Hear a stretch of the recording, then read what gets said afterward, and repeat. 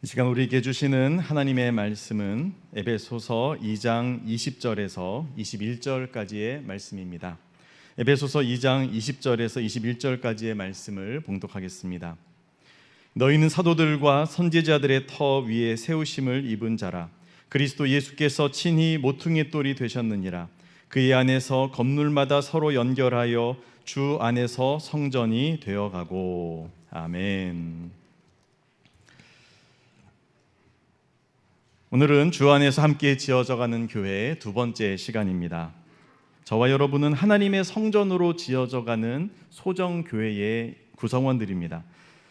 지난 시간에 우리가 서로에게 어떤 관계인지를 확인했습니다. 우리는 하나님의 자녀이고 그리고 하나님의 권속입니다. 가족이라는 것이죠. 서로 남남이고 배경과 지식과 또 자라온 환경이 다르지만 우리 모두는 예수님의 피 흘리심으로 말미암아 영적으로 하나님의 가족이 된 한 형제요 자매입니다.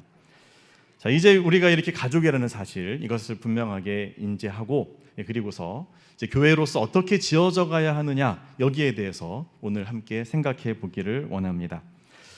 오늘 본문은 이렇게 선포합니다. 너희는 사도들과 선지자들의 터 위에 세우심을 입은 자라. 그리스도 예수께서 친히 모퉁이 돌이 되셨느니라. 그의 안에서 건물마다 서로 연결하여 주 안에서 성전이 되어가고. 아멘.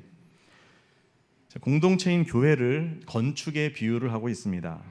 건축을 한다면 무엇이 제일 먼저 중요하겠습니까? 기초 작업을 해야 되겠죠. 그 기초가 든든해야 그 위에 건물을 세울 것입니다. 우리가 읽은 이 본문에서는 사도들과 선지자들의 터 위에 세움을 받았다, 교회가 세움을 받았다라고 말씀을 하고 있습니다. 우리는 보통 예수 그리스도의 반석 위에 교회가 세워진다라고 고백을 합니다. 그런데 왜 갑자기 사도들과 선지자들이 나올까요? 사실은 이 둘이 같은 이야기입니다. 자, 사도들과 선지자들이란 초대 교회 때만 있었던 아주 특별한 직분자들을 지칭합니다. 사도들은 예수님께 직접 듣고 배웠죠. 제자들이 사도들이 된 것 아닙니까? 자, 그렇게 예수님께로부터 배운 이들, 그리고 선지자들, 성령의 특별한 계시를 받아서 이 복음을 깨우친 이들입니다. 자, 이들이 하나의 공동체가 되어서 무엇을 하느냐 하면 신앙 고백을 한다는 겁니다. 대표적인 신앙 고백이 베드로의 신앙 고백이죠. 예수님께서 제자들에게 사람들은 나를 누구라고 하느냐, 너희는 나를 누구라고 하느냐라고 했을 때 베드로가 나서서 무엇이라고 대답했습니까? 그렇죠. 주는 그리스도시요 살아계신 하나님의 아들이십니다. 아멘. 자, 그리스도라는 것은 기름 부음을 받은 자라는 뜻입니다. 구약 성경에 예언된 인류를 구원할, 이스라엘을 구원할 메시아를 지칭하는 것이죠. 누구에게 기름을 붓습니까? 구약 성경에 보면요, 왕을 세울 때, 선지자를 세울 때, 그리고 제사장을 세울 때 거룩한 기름을 부어서 그렇게 임직을 시킵니다. 바로 그리스도는 이 삼중직을 모두 가진 분으로서 인류를 구원할, 이스라엘을 구원할 자다라고 하는 이 메시아에 대한 예언이 성취되어서 바로 예수님 당신이 그분입니다 라는 고백이 되는 겁니다. 뿐만 아니라 어디에까지 고백이 이릅니까? 살아계신 하나님의 아들이십니다 라는 고백까지 도달을 하죠. 이것이 바로 예수님을 3년 반 동안이나 따라다니면서 그분의 일거수일투족을 세밀하게 살폈던 제자들이 내린 최종 결론입니다. 자, 그렇기 때문에 우리는 이 고백에 대해서 유념해서 봐야 한다는 겁니다. 그리고 이 신앙 고백이야말로 2000년 전만이 아니라 지금까지도 동일하게 교회의 기초, 교회의 터로 삼아야 하는 고백입니다. 바로 예수님이 그리스도십니다. 나의 구원자십니다. 하나님의 아들이십니다라고 하는 이 고백입니다.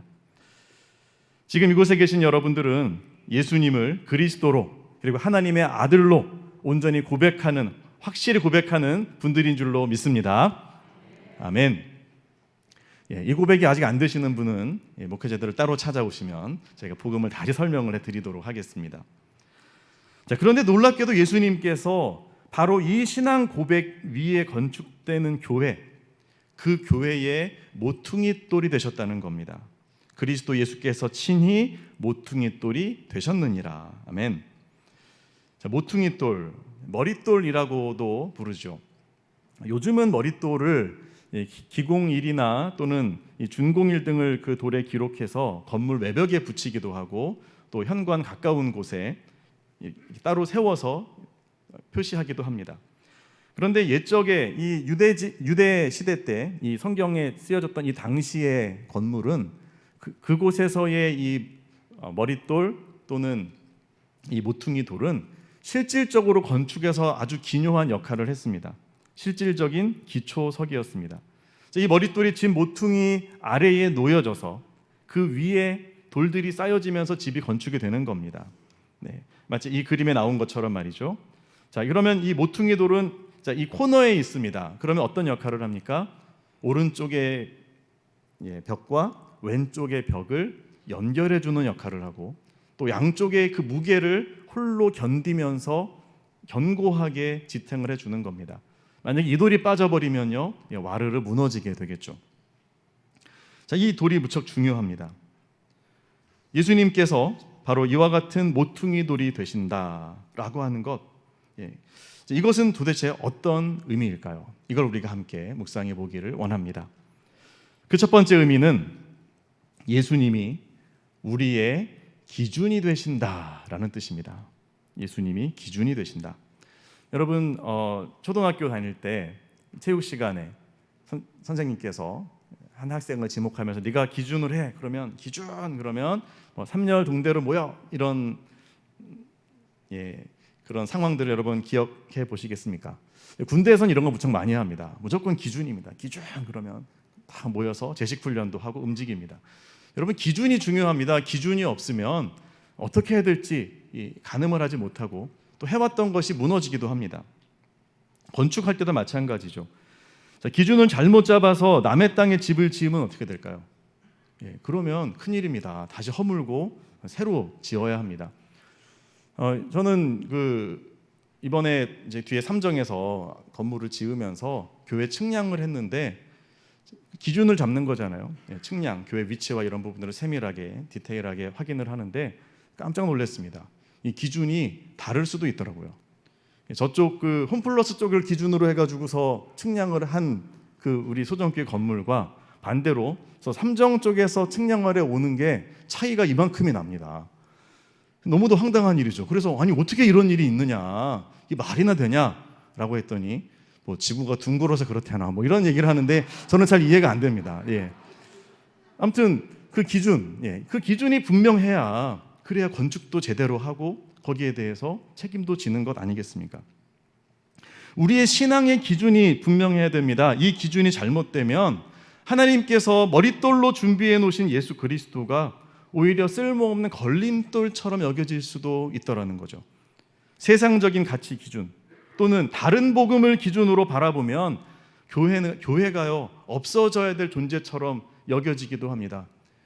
인터넷 댓글들을 보면 대한민국에 교회가 없었으면 좋겠다 이렇게 막 글을 쓰는 사람들이 있어요. 그들이 보는 기준이 성경과 다른 것이죠. 또는 교회가 증오의 대상처럼 그렇게 보여지기도 합니다. 기준이 달라서 그렇습니다. 율법주의를 기준으로 바라보았던 사울이라는 청년이 있었습니다. 그가 볼 때 교회는 없어져야 될 존재였습니다. 그리스도인들은 다 죽여야 되는 사람들이었습니다. 자, 그래서 교회를 박해했죠. 그러다가 다메섹으로 가던 길에 살아계신 예수 그리스도 부활하신 그분을 만나고 나서 자신의 기준이 틀렸다는 사실을 깨닫습니다. 그의 인생은 와르르 무너져 내리고 그리고 이제껏 중요하게 여겼던 모든 것들을 다 배설물처럼 여기고 예수님 안에서 다시 건축을 시작합니다. 그 고백이 빌립보서 3장 8절에서 9절에 나오는데요. 그가 이렇게 고백합니다. 내가 그를 위하여, 이 그라는 것은 예수님을 지칭하는 것이죠. 자막 내보내주시면 좋겠어요. 내가 그를 위하여 모든 것을 잃어버리고 배설물로 여김은 그리스도를 얻고 그 안에서 발견되려 함이니. 아멘. 모든 것을 다 배설물로 여기고요. 그리고 그리스도를 얻겠다. 그 안에서 발견되겠다. 예수님을 기준으로 내가 존재하는 삶을 살겠다라는 고백을 하는 겁니다. 우리의 인생의 건축도 마찬가지입니다. 모퉁이돌 되시는 예수님을 기준으로 삼아서 삶의 방향과 목적을 그분의 뜻에 따라서 정하는 사람이 그리스도인 아니겠습니까? 예수님을 중심으로 삶이 재정렬이 돼야 됩니다. 그러지 않으면 다른 게 기준이면 계속 충돌이 일어납니다. 교회는 다니는데 나의 가치관과 기준은 세속적인 데 가 있으면 계속 부딪히는 겁니다. 주일날 교회를 갈까 말까? 양심대로 살까? 아니면 그냥 대충 살아갈까? 계속 고민이 되는 겁니다. 여러분은 예수님을 머릿돌로 삼고 계십니까? 결혼, 진로, 직장 이런 중요한 문제들을 선택할 때 하나님의 말씀에 따라서 우선순위를 두고 행하고 있는가? 성경은 이렇게 우리에게 도전하며 묻는 것입니다. 예수님이 머릿돌이냐라고 물으시는 거죠. 2023년은 어떠한 해로 전망되고 있습니까? 결코 밝지 않다라는 암울한 전망들을 내놓습니다. 경제적으로도 어렵고 물가도 높아지고 모두가 어렵게 사는 세상이 될 것이다. 물가는 오르는데 물건은 팔리지를 않고 오히려 어떤 부분들은 값이 떨어지고 농산물도 수산물들이 값이 막 떨어져요. 그래서 그 농사하신 분들이 출하를 못하고 그냥 밭을 갈아 엎어버립니다. 왜요? 사람들이 어려워지니까 더 이상 야채를 사서 먹지를 못하는 거예요. 그러니 물건이 팔리질 않아서 그래서 또 문제가 생기는 겁니다. 참 이렇게 악순환이 반복되어지는 이 상황들. 여러분 이 경제적인 전망을 기준으로 삼아 보십시오. 그러면 올해는 어떻습니까? 너무도 암울해 보입니다. 너무도 우울해 보입니다. 어떤 분들은 건강 또는 젊음을 기준으로 삼는 분들이 있습니다. 여러분 그분들은 우울해질 확률이 아주 높습니다. 왜요? 벌써 한 살을 더 드셨네요. 네. 우리는 나이를 계속 먹어가고 몸은 약해집니다. 그러면 나는 패배자인 것 같고 내 인생은 이렇게 어두울까? 왜 나는 이럴까? 그렇게 될 수밖에 없잖아요. 여러분 그 기준 말고요. 예수님과 함께하는 그 은혜의 삶을 기준으로 삼아 보시기를 바랍니다. 그러면 전혀 다른 세상이 될 것입니다. 여러분 우리가 6.25를 겪고 나서 폐허가 됐던 이 대한민국이 재건되어질 때 정말 아무것도 가진 것이 없고 또 할 수 있는 것이 없었지만 정말 기도하면서 우리의 믿음의 선조들이 그렇게 헌신하고 그렇게 열정적으로 살아갈 수 있었던 원동력 바로 예수님을 기초로 삼았던 그 믿음에서 나온 것 아니겠습니까? 물론 모든 사람이 그리스도인들은 아니었지만 수많은 그리스도인들이 그 믿음을 가지고 어려움을 극복하고 견뎌내고 그리고 해결해 나갔습니다. 여러분 우리에게 능력 주시는 자 안에서 우리는 모든 것을 할 수 있는 줄로 믿습니다. 그 예수님과 동행함이 나의 기준이 되어지면 바울의 고백처럼 나의 육신은 날이 갈수록 약해지고 후패하나 나의 속사람은 날마다 새롭도다. 날마다 주와 동행하고 성령으로 충만하고 은혜 가운데 거하는 삶을 살아갈 수 있더라는 것이죠. 예수님이 기준 되셔야 됩니다. 십자가에 죽으신 예수님은 인류의 머릿돌이 되셨고 역사의 머릿돌이 되셨고 복된 인생을 시작하는 기준점이 되셨습니다. 그 머릿돌에서부터 건물이 시작되잖아요. 하나님의 백성으로서의 인생, 교회로서의 그 시작이 바로 예수 그리스도이십니다. 그 예수님이 우리의 머릿돌이 되시게 합시다. 그분께 나의 목적과 방향을 고정하고 그분의 뜻하시는 곳으로 나아간다면 우리의 모든 수고와 노력이 헛되지 않는 은혜를 얻게 될 것입니다. 그 기초가 달라지지 않을 겁니다. 히브리서 6장 1절에서 3절은 그것을 말씀해 주시는데요. 우리 함께 읽겠습니다. 그러므로 우리가 그리스도의 도의 초보를 버리고 죽은 행실을 회개함과 하나님께 대한 신앙과 세례들과 안수와 죽은 자의 부활과 영원한 심판에 관한 교훈의 터를 다시 닦지 말고 완전한 대로 나아갈지니라. 하나님께서 허락하시면 우리가 이것을 하리라. 아멘. 우리가 또다시 범죄하고 또다시 무너지고 다시 회개하고 하지 말고요. 하나님이 허락하시면 우리가 이것을 하리라. 예수 그리스도를 고백하는 신앙 안에서 든든한 교회로 또 믿음 안에서의 가정으로 세워져가는 복된 2023년도가 되기를 축복합니다. 모퉁이 돌 되신 예수님은 두 번째로 우리를 연결해 주시는 일을 하십니다. 아까 그림에서 보신 것처럼 이 모퉁이 돌은 벽과 벽을 연결해 주죠. 모퉁이 돌이 없는 양 벽면이 하나가 될 수가 없습니다. 이 모퉁이 돌이 그곳에서 가장 낮은 곳에서 양 벽면의 무게를 모두 견디면서 하나로 만들어냅니다. 이와 같이 예수님께서는 교회를 하나 되게 하시는데요, 교회 안에 다양한 흐름들이 있습니다. 다양한 출신의 사람들, 다양한 생각의 사람들, 그들이 어떻게 하나가 될 수 있겠습니까? 예수님이 모퉁이 돌이 되셔서 그들을 연결시켜 주신다는 겁니다. 초대교회 당시에도 그 당시에 이 유대인들, 그리스도인들이 있었죠. 율법에 철저하게 어릴 때부터 훈련받았던 유대인들 뿐만 아니라 이제 막 교회에 들어온 헬라인들, 전혀 성경도 모르고 하나님도 잘 몰랐던 그 사람들이 예수님의 복음만 듣고 들어온 사람들, 자, 그들이 연결되어서 하나 되게 하신다는 겁니다. 에베소 교인들에게 바울이 무엇이라고 편지를 적었는지 함께 보겠습니다. 이렇게 적었습니다. 그러므로 생각하라. 너희는 그때의 육체로는 이방인이요 손으로 할례를 행한 할례를 받은 무리라 칭하는 자들로부터, 유대인들이죠, 할례를 받지 않은 무리라 칭함을 받는 자들이라, 이방인들이란 뜻입니다. 그때 너희는 그리스도 밖에 있었고 이스라엘 나라 밖의 사람이라, 약속의 언약들에 대하여는 외인이요 세상에서 소망이 없고 하나님도 없는 자이더니 이제는 전에 멀리 있던 너희가 그리스도 예수 안에서 그리스도의 피로 어떻게 됐다? 가까워졌느니라. 아멘. 가까워지고 하나의 공동체를 이루게 되는 것이죠. 초대교회라고 왜 갈등이 없었겠습니까? 그 안에도 있는 자와 가난한 자가 있었고요, 더 배운 사람과 못 배운 사람도 있었을 것입니다. 예루살렘에서 나고 자라서 전통적인 유대인으로서 살아온 사람도 있고, 그리고 디아스포라 유대인들, 흩어져서 그래서 헬라 문화 속에서 자라온 그런 유대인들도 있습니다. 같은 유대인이지만 생각이 다를 수 있어요. 뿐만 아니라 말씀드린 것처럼 이방인으로서 예수님을 믿고 들어온 이제 그 성도들까지 합류하게 되니 교회 안이 복잡해지는 겁니다. 서로 생각이 다르고 삶의 방식에 차이가 있었습니다. 하지만 교회는 예수님을 머릿돌로 삼아서 이 모든 갈등들을 극복하고 하나로 연결될 수 있었다는 거죠. 참 초대교회가 위대하다라고 하는 이야기가 이것을 해냈다는 겁니다.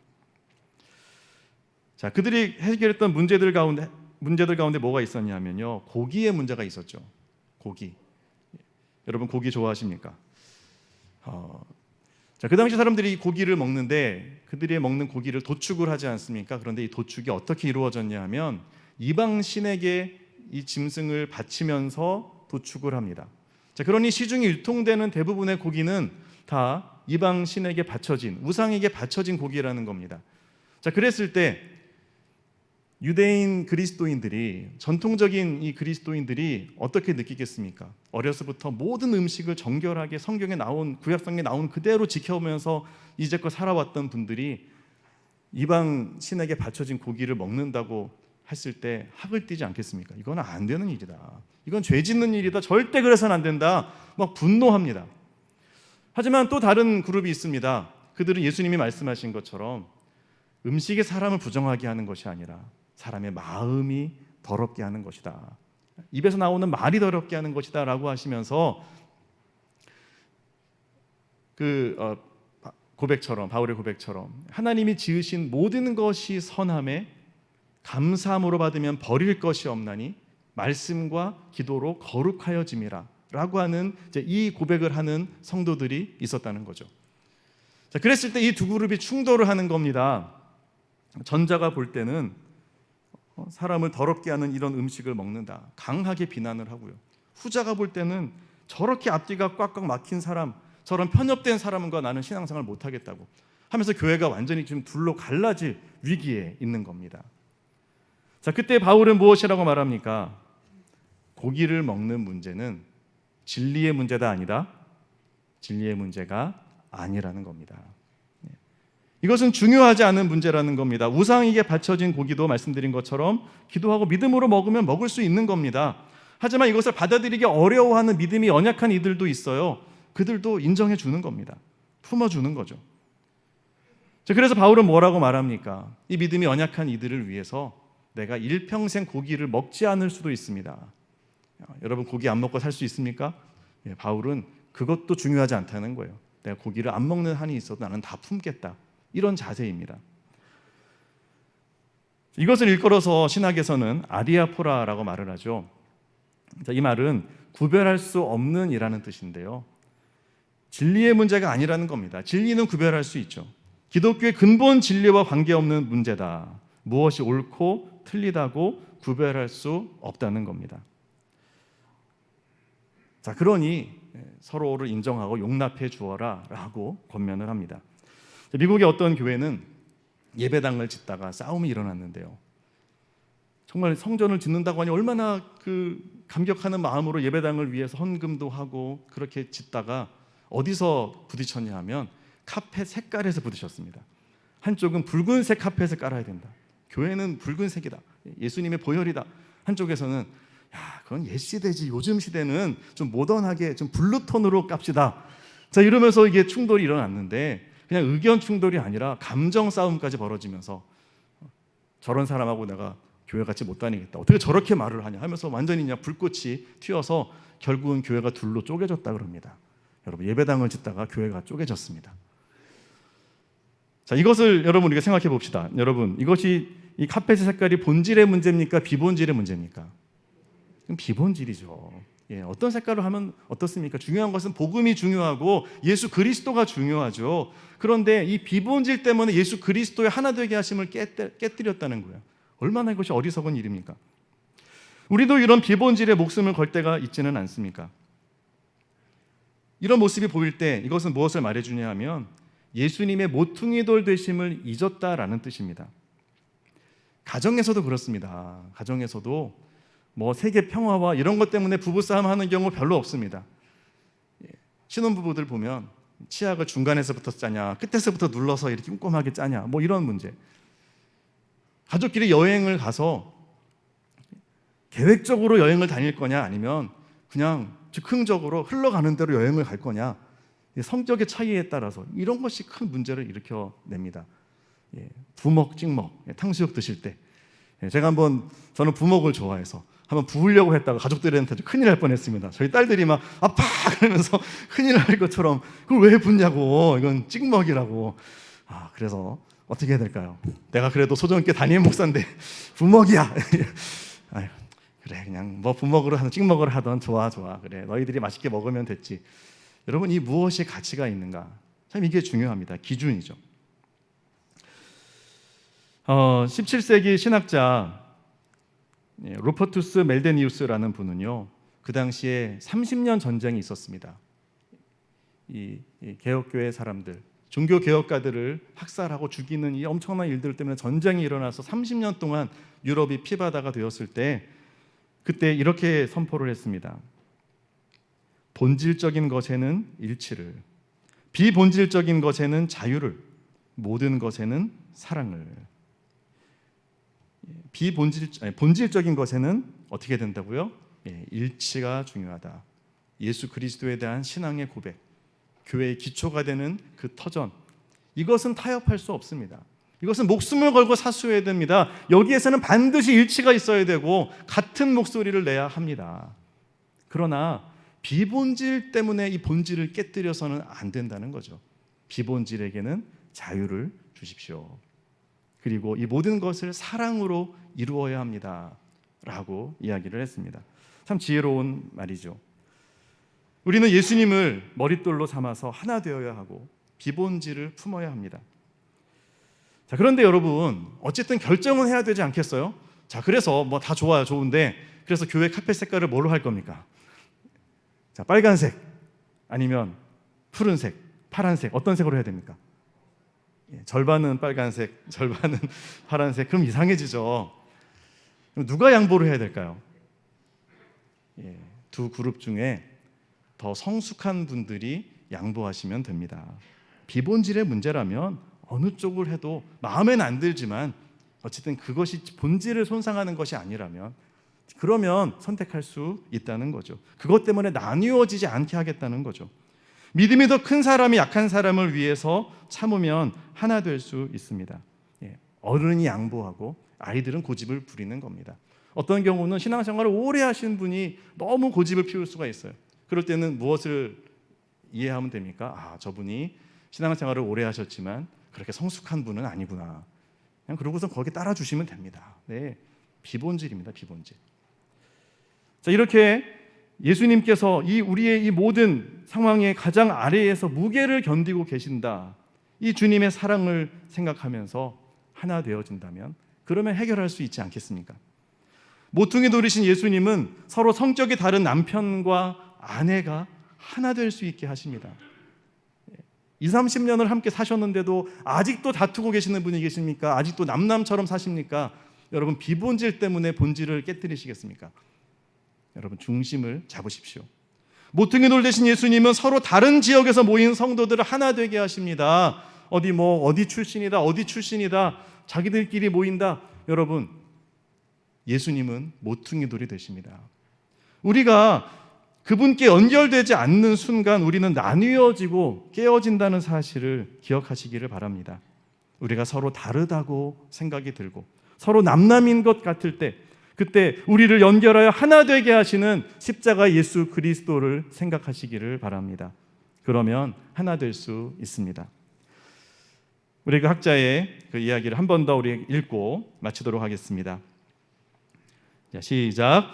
본질적인 것에는 일치를, 비본질적인 것에는 자유를, 모든 것에는 사랑을. 아멘.